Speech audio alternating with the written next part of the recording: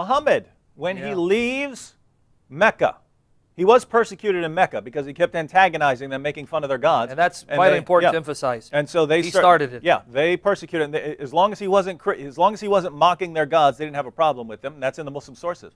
It's only because he kept ridiculing their gods and just insulting and degrading their religious beliefs. I'm pointing that out because that's what Muslims say that no one's supposed to do about Islam. But that's exactly what Muhammad did. So if he's the moral example, you should always criticize other people's religions.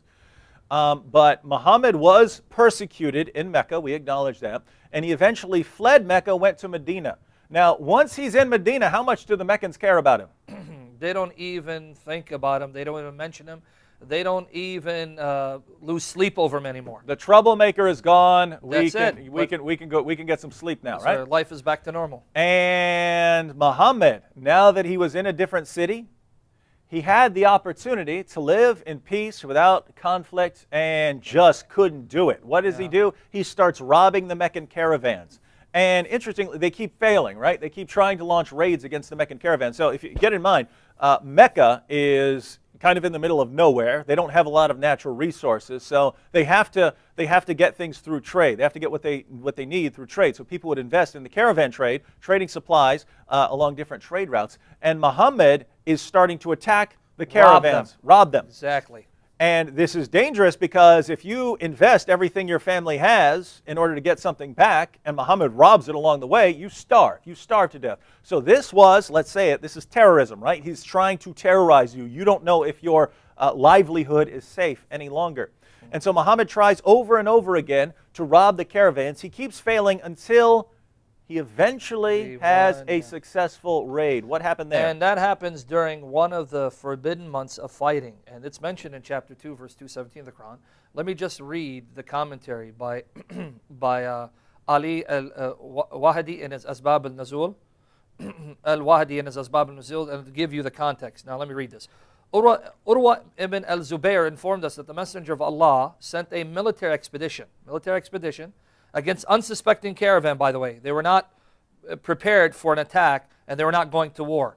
Military expedition, and appointed Abdullah ibn Jash al-Asdi as its leader. This expedition proceeded until they reached Nakhla, which is near Mecca, where they found Amr ibn al-Hadrami leading a trade caravan for the Quraysh. That day was the last day of the sacred month, where it was forbidden to fight and wage war. The Muslims were divided in their opinion, right? Some of them said, we know for certain that today belongs to the sacred month. Now notice, they're aware of this, right?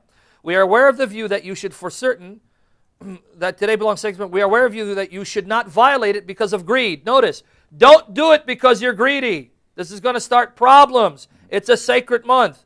The opinion of those who desire the stuff of this world gained the upper hand. They attacked Ibn al-Hadrami, killed him. They killed this man and seized his camels. Now I can read the rest of this, but you get the picture. Here it was the forbidden month where you could not attack other people, especially unsuspecting caravan that was carrying goods for the welfare of the people at Mecca. What do the Muslims do? Decide to attack and kill this person in order to steal their goods and bring them back to Medina. And now that caused problems, but again, remember, Allah is only too quick to fulfill the desires of Muhammad. He hastens to fulfill the desires of Muhammad. And chapter 2, verse 217 was revealed to justify what Muhammad did, basically. Now, I have the verse. I can read it if you want to read it. Go ahead and read the verse real quick. Real quickly, because I know time is winding down. 2:217. Notice Allah's response to this atrocity. What did Allah say in light of this atrocity? They asked thee concerning fighting in the sacred months. Fighting therein is a grave offense. Yeah, it is wrong. Quran is acknowledging it. But worse still in the sight of Allah is to prevent access to the path of Allah, to deny Him, to prevent access to the sacred mosque and drive out its members. Tumult and oppression are worse than slaughter. Do you get it? The justification? Yeah, it's bad. But you know what's worse? That you allow Muhammad and his followers to come and visit the sacred mosque, that you drove Muhammad out from Mecca because he wanted to worship Allah alone.